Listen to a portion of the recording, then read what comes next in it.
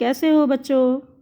बच्चों, आज हम पाठ मुफ्त के सारांश और प्रश्न उत्तर करेंगे। ठीक है, चलिए। इसका सारांश है, भीखू भाई जरा कंजूस थे। एक दिन उनका मन नारियल खाने को हुआ, लेकिन इसके लिए न तो वे बाजार जाना चाहते थे, न ही पैसे खर्च करना चाहते थे। वे सीधे खेत में जाकर बूढ़े बरगद के नीचे बैठ गए और सोचने लगे, क्या करूं? फिर उठे, घर आए, जूते पहने और छड़ी उठाकर बाजार के लिए निकल पड़े, केवल यह जानने के लिए कि नारियल आजकल कितने में बिक रहे हैं। बाजार में नारियल वाले से पूछने पर बताया कि एक नारियल 2 रुपये में है। तो भीखू भाई की आंखें फैल गई। उन्होंने कहा, बहुत ज़्यादा है, 1 रुपये में दे दो। नारियल वाला तैयार नहीं हुआ। भीखू भाई ने उससे पूछा, अच्छा तो बताओ, 1 रुपये में कहाँ मिलेगा? नारियल वाले ने जब बताया कि मंडी में, तो भीखू भाई फौरन उसी तरफ चल पड़े। मंडी में व्यापारियों की ऊंची ऊंची आवाज़ें गूंज रही थी। भीखू भाई ने इधर उधर देखा और बहुत जल्दी उन्हें नारियल वाला दिख गया। उन्होंने उससे एक नारियल का दाम पूछा। नारियल वाले ने कहा, सिर्फ 1 रुपये में, जो चाहो ले जाओ।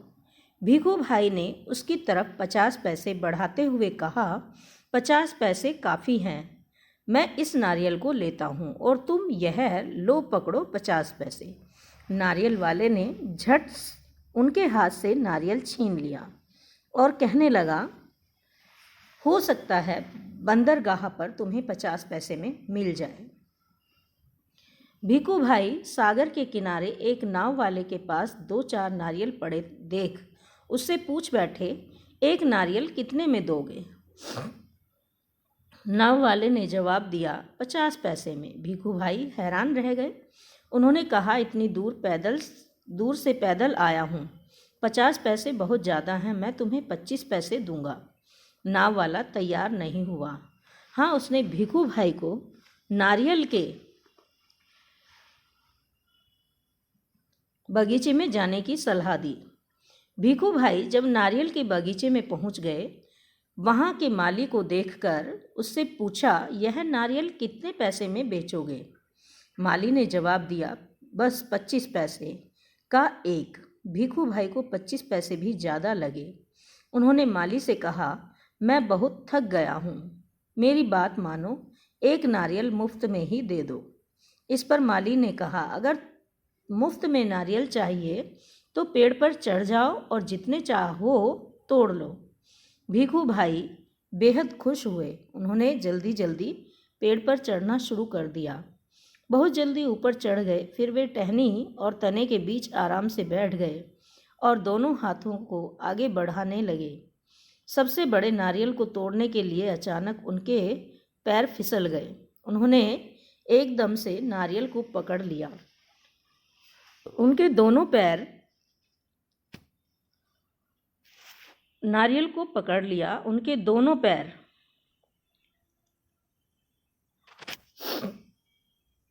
हवा में झूलने लगे, झूलते रह गए। उन्होंने माली से मदद की विनती की। माली मदद देने से मना कर दिया। तभी ऊंट पर सवार एक आदमी वहां से गुजरा। भीखू भाई ने उससे मदद मांगी। वह तैयार हो गया। ऊंट की पीठ पर खड़े होकर उसने भीखू भाई के पैरों को पकड़ लिया। ठीक उसी समय हरे भरे पत्ते खाने की लालच में ऊंट ने गर्दन झुकाई और अपनी जगह से हट गया। नतीजा हुआ कि वह आदमी ऊंट की पीठ से फिसल गया। अपनी जान बचाने के लिए उसने भीखू भाई के पैरों को कसकर पकड़ लिया। इतने में एक घुड़सवार वहां आया। पेड़ से लटके दोनों जनों ने उससे मदद मांगी। घुड़सवार ने सोचा, मैं घोड़े की पीठ पर चढ़कर इनकी मदद कर देता हूँ। फिर वह घोड़े पर उठ खड़ा हुआ, लेकिन घोड़े ने भी वही किया जो ऊंट ने किया था। हरी घास के चक्कर में घोड़ा जरा आगे बढ़ा और छोड़ चला अपने मालिक को। ऊंट वाले के पैरों से लटकते हुए नारियल के पेड़ से अब 3 जने झूल रहे थे। घुड़सवार ने भीखू भाई से कहा, काका काका कस के पकड़े रहना, मैं आपको 100 रुपये दूंगा। इसके बाद ऊंट वाले ने कहा, मैं आपको 200 रुपये दूंगा, लेकिन नारियल को छोड़ना नहीं। भीखू भाई 100 और 200 के चक्कर में कुछ ज़्यादा ही खुश हो गए। खुशी से उन्होंने अपनी दोनों बाहों को फैला दिया। इतने में नारियल हाथ से छूट गया। परिणाम स्वरूप घुड़सवार, ऊंट वाला और भीखू भाई तीनों जमीन पर धड़ाम से गिर पड़े और दूसरे ही क्षण एक बहुत बड़ा नारियल भीखू भाई के सिर पर आ फूटा। इसके शब्दार्थ हैं बच्चों, उचकाकर यानी उठाकर, मुफ्त यानी बिना पैसे दिए, कोलाहल शोरगुल, हक्के बक्के रह गए, हैरान रह गए, हर्ज नुकसान, फुर्ती तेजी, किस्मत भाग्य, मेहरबानी कृपा। अब बच्चों हम इस पाठ के प्रश्न उत्तर करेंगे। ठीक है, पाठ 14 के प्रश्न उत्तर करेंगे। तुम्हारी समझ। हर बार भीखू भाई कम दाम देना चाहते थे, क्यों? इसका उत्तर है, हर बार भीखू भाई कम दाम देना चाहते थे क्योंकि वे बहुत ज़्यादा कंजूस थे। खैर, हर जगह नारियल के दाम में फ़र्क क्यों था? उत्तर है, जहाँ नारियल की खेती होती है वहाँ अर्थात नारियल के बगीचे में नारियल सबसे सस्ता मिलेगा। बाजार तक जाने में उसकी कीमत बढ़ती जाती है और बाजार में पहुँचते ही उसकी कीमत सबसे अधिक हो जाती है।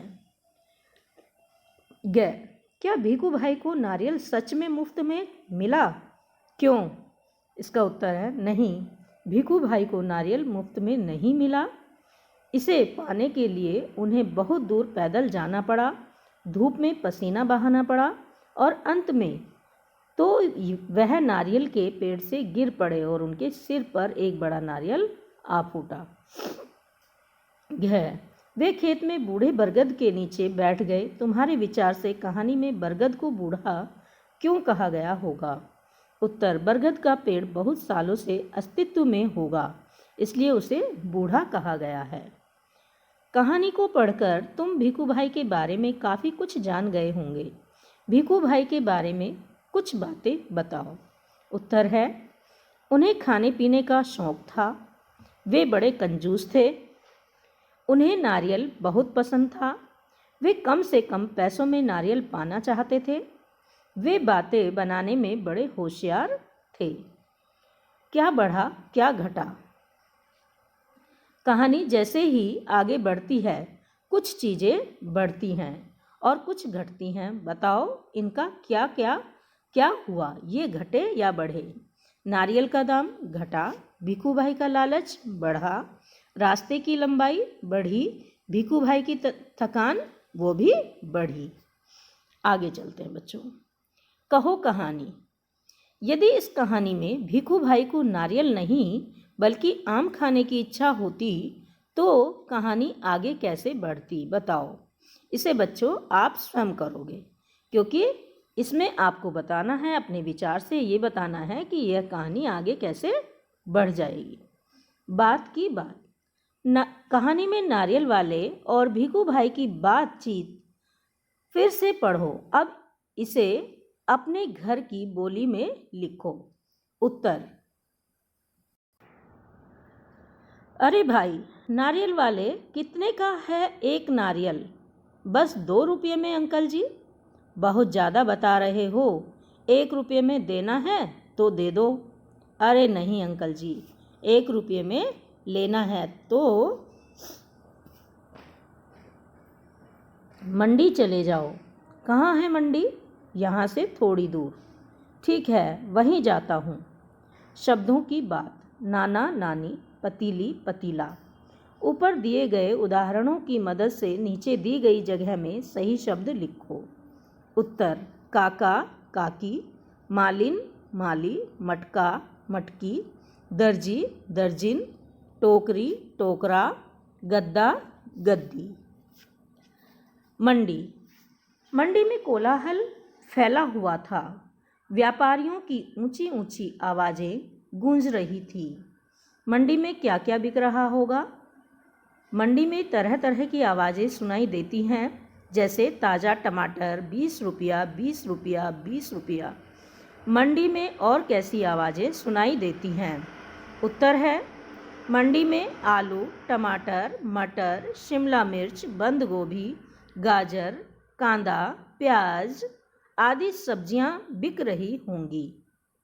खैर, 10 रुपये में 1.5 किलो आलू भरो, भेलपूड़ी खाओ, रंग बिरंगे गुब्बारे ले लो। क्या तुम अपने आसपास की जगह की ऐसी जगह सोच सकते हो जहां बहुत शोर होता है? उस जगह के बारे में लिखो। उत्तर, मेरे घर के नज़दीक भवन निर्माण कार्य चल रहा है। वहाँ से तरह तरह की कर्कश आवाज़ें आती रहती हैं। कभी ड्रिलिंग की, कभी पत्थर घिसाई की, कभी ट्रैक्टर की, कभी भारी चीज़ें उठाते हुए श्रमिकों की जोर की आवाज़। गुजरात की झलक। मुफ्त ही मुफ्त गुजरात की झलक। क्या मुफ्त ही मुफ्त गुजरात की लोक कथा है? इस लोक कथा के चित्रों में ऐसी कौन सी बात है जिनसे तुम यह अंदाज़ा लगा सकते हो? उत्तर, इस लोक कथा के चित्रों में भीखू भाई का पहनावा दिखाया गया है। मंडी में बिक रही चीज़ें जैसे बटाटा, आलू, कांदा आदि से पता चलता है कि यह कथा मेरे घर के नज़दीक भवन निर्माण